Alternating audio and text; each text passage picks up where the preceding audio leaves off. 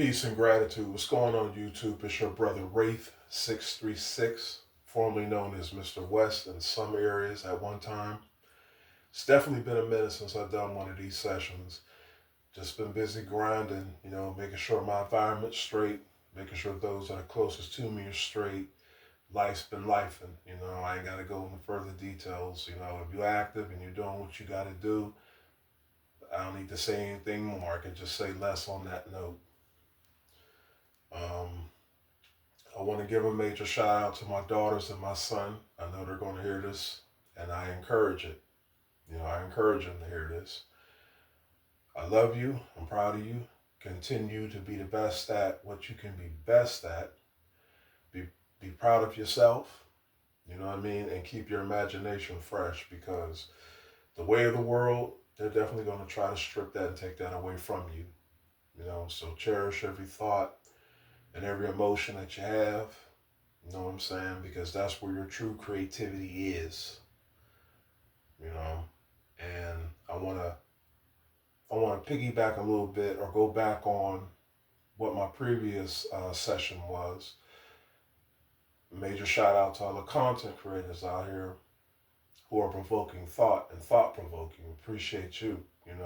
There's many different content creators out here with different things to provide. And, no hate, no shade, appreciate y'all as well, you know. So it's all love at the end of the day. I also want to give a major shout out to those within the occult community, you know, those that are studying and taking this journey through these paths, regardless what path that is that you choose. As long as this journey is a journey that's inward, that's teaching you to become a better version of you, that's the keynote. At least for me, that's the keynote. You know what I mean? So peace to you. So now it's about this session right now and what led me to, having this conversation, or at least, me sharing my thoughts. I've had many different people ask me, not just on social media, because it's not like I'm on social media like that anyway. I don't have all these different social platforms that I can deal with. You know what I mean? I'm busy trying to put it together in my own real life. You know what I'm saying? Which is crazy, because it seemed like the real world and the digital world is merging. So sometimes you can get confused and get caught up, too much either on one side or the other. But no, I had many ask me, what led me into the occult and what made me become more interested in studying it. Well, just like I mentioned a little bit before, was becoming a better version of yourself and becoming more self-aware. You know, Now the occult may not be for everybody. You know what I'm saying? Some people may find it in, different religious backgrounds, or different things. Do what works for you. You know what I'm saying? Overall, it ain't about debating or recruiting or bringing people in. Just be yourself. You know what I'm saying? And do what works for you. You know what I'm saying? But I could say for me, even as a child growing up, I've always had a curious mind. You know what I mean? And I've always wondered about things. Like, growing up, I can definitely say that I really didn't hang around. I mean, I did, but I didn't really hang around kids my age. I was more so hanging around adults and sneaking around and listening to what they're talking about, and, pretty much being nosy. And then I get caught and get cussed at and yelled at. Get the hell out of here, boy. So, yeah, I was one of them type of kids. I was always hanging around, being nosy and whatnot. But, no, even then, I've always been curious about certain things, you know what I'm saying? And my mother, grand resting to her, she definitely played a key role, because her main talking point, not just to me, but my other siblings as well, was question everything. My mother always had that talking point of questioning everything and believe in yourself. You know what I'm saying? Know thyself. That was my mother's big thing. Now, as far as my father goes, you know what I mean. He done his thing, but most of his stuff was working and keeping the lights on, which is what a father's supposed to do. You know what I'm saying? So he worked a lot of late nights, so I really didn't get to hang out with him, and that's kind of funny because nowadays I'm working these overnight shifts, similar to what he did. You know what I mean? And that's quite interesting. For us as adults, whether we're fathers or mothers or whatever, you know what I'm saying, step, whatever, you know, children are watching us and they're definitely influenced by what we do and what we say, you know what I mean? And you never know. Sometimes that child that's watching you and observing you could end up walking the same footsteps that they saw you walk, you know what I mean? So definitely got to be more conscious about that as adults. But yeah, my mother, she definitely played a key role in my upbringing. Music was just like that was something that definitely was a big thing for my mother, and I definitely learned the love for music from my mother. You talking about Smokey Robinson, um, Lionel Richie, Barry White, Teddy Pendergrass, just to name a few. Um, yeah, she was very big into music. Music was such a big thing for her. But she was also very big in knowledge of self and love thyself. That was her big thing too. Even though she really wasn't too big in religion. I mean, she had her moments of, going to church and all this and that. And that comes from my grandmother. You know what I mean? Now, my grandmother, she was very big in the church. That was her thing. She was every Sunday. She would try to get everybody to go to church. I mean, like you couldn't even argue with that lady about not going to church. um, Now, as far as my grandfather, and this was all on my mother's side, I didn't really get to learn too much of my father's side too much. But on my mother's side, my grandfather, it really didn't. What he was into, it really didn't get spoken about a lot until later on down the line when I found out that he was also in the occult and he was studying, the OTO and Aleister Crowley and different occult philosophy and stuff like that.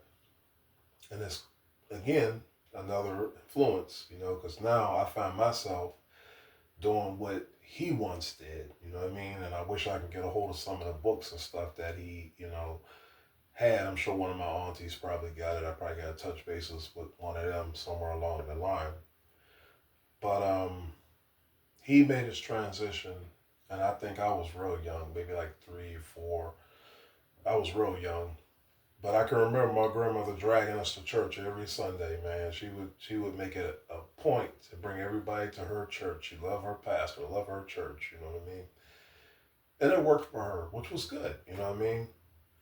So, with that being said, I remember a story that came out that was recent about a pastor who was holding up his church because he didn't get a certain percentage in donations. It's funny because when I heard that story, it instantly gave me a flashback in my childhood because I can remember, going through that, what I mean, as a kid. Um, I'll say this. This was, I want to say, somewhere in the early 90s. Like, yeah, the early 90s. I can remember going to church, and actually, I was getting baptized that Sunday, because I grew up in a Baptist church, a Baptist background. And I remember being baptized on that Sunday, and man, it's crazy. You get dipped in that cold water, and this was in the summertime, so it was hot. It was like super hot out. And I can remember, once you get dipped in that cold water and you come out that cold water, your pores are open, so you're sweating like crazy. So I remember sitting, in the church, with towels. I'm drying myself off. Church is hot. They got the windows closed. AC ain't running. Yeah, one of them type joints. But yeah. So the preacher, he was doing what he was doing. The pastor, that is, he's doing what he's doing.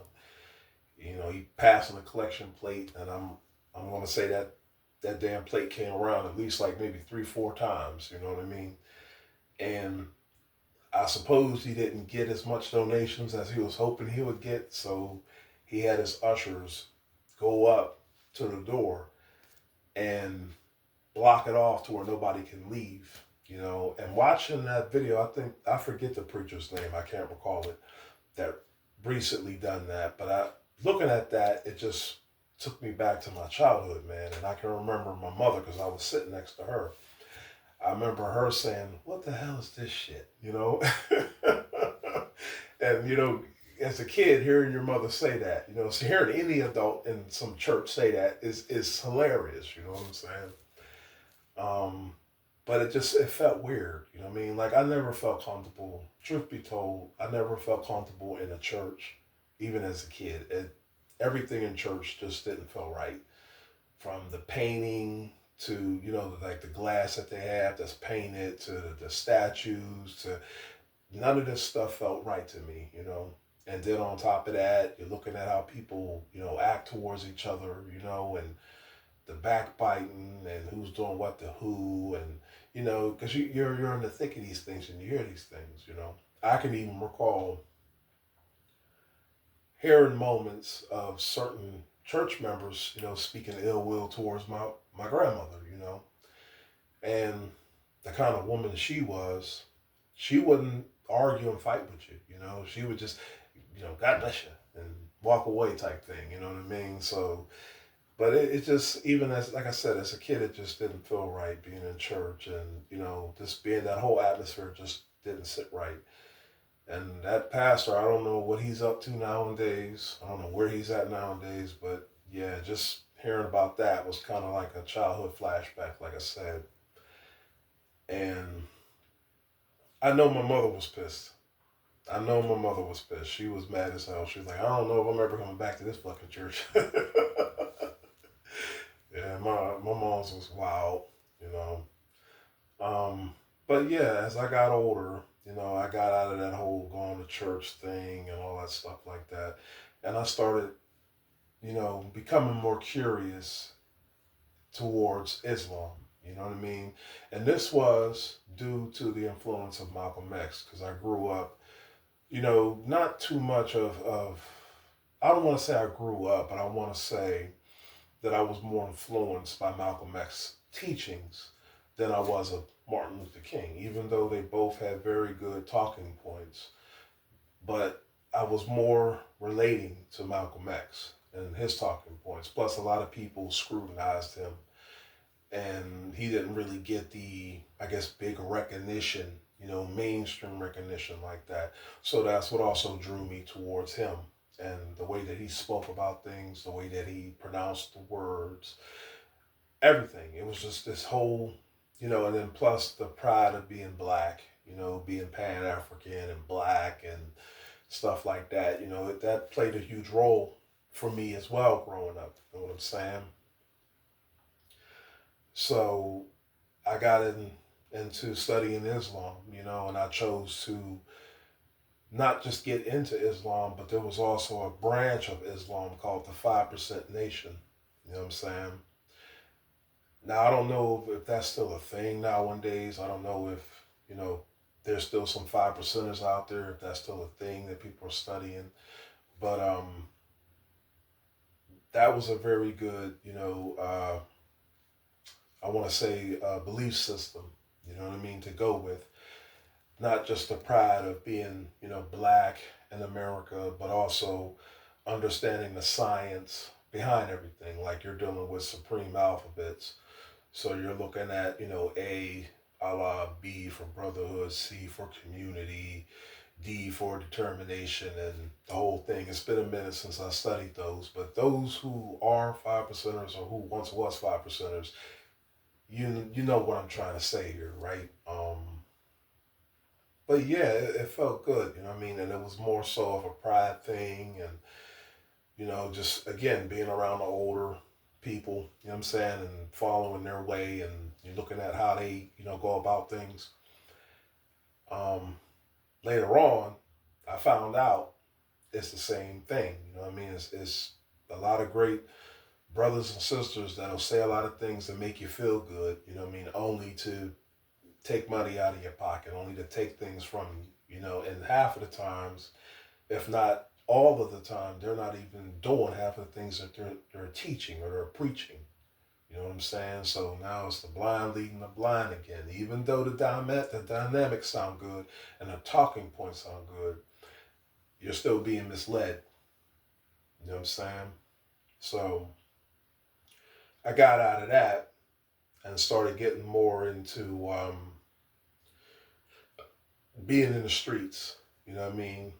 Because again, growing up, I didn't have not too many people of my age that really got into the whole occult thing. I mean, in the '90s, the same way a lot of people are looking at the Masons nowadays, that's how the occult was in the '90s. Like a lot of people, found it to be, this evil and demonic, whatever, whatever. The spookism shit, as they call it, or as I call it. You know what I mean? Spookism shit. All the spooky, spooky stuff. But so I definitely found myself being more involved in the streets because, again, like I said, a lot of my older cousins they were out there like that. If it wasn't gangs, it was running the streets and making money, hustling. Doing whatever they do. Even I found myself being out there. Running the streets and getting caught up in so many different things. And with that being said, I definitely got to say that I'm definitely one of the fortunate ones who managed to find myself in a better position and getting myself out of these bad choices that I put myself in. A lot of my so-called friends at the time, a lot of them made the transition or they still locked up to this day. So I definitely can say that I'm fortunate. Now some may say, you got the blessing or you got the hand of God over you, whatever you want to say. But I'm just going to go with I was very fortunate to make it out of that situation. And, plus my daughters and my son, they play a huge inspiration for me today. And even back then, well, not as a child, but as more of an adult today, But back then, yeah, like I said, getting in the streets and, you know, I'm just lucky that, I had a mother that actually, had my back, and actually meant well, even though I drove her crazy. You know what I mean? But no, and even my siblings, they can definitely relate to, if they ever hear this, they can definitely relate to what I'm speaking on. But no, again, I've always been curious, you know what I mean? And I wasn't too big in groups, you know what I mean, as a real little kid. I mean, it was nice to have, groups to play around with and, have fun with, but when I got older, that's when I really started, to get into groups and to get involved in different, activities. Sometimes I'm doing it and I know damn well I shouldn't be doing it, you know what I'm saying? But all that changed as I got older, you know, and I started, going through certain situations and certain life experiences took me in certain areas that required me to be more humble, to be more patient with myself. You know what I'm saying? It led to that point. You know what I'm saying?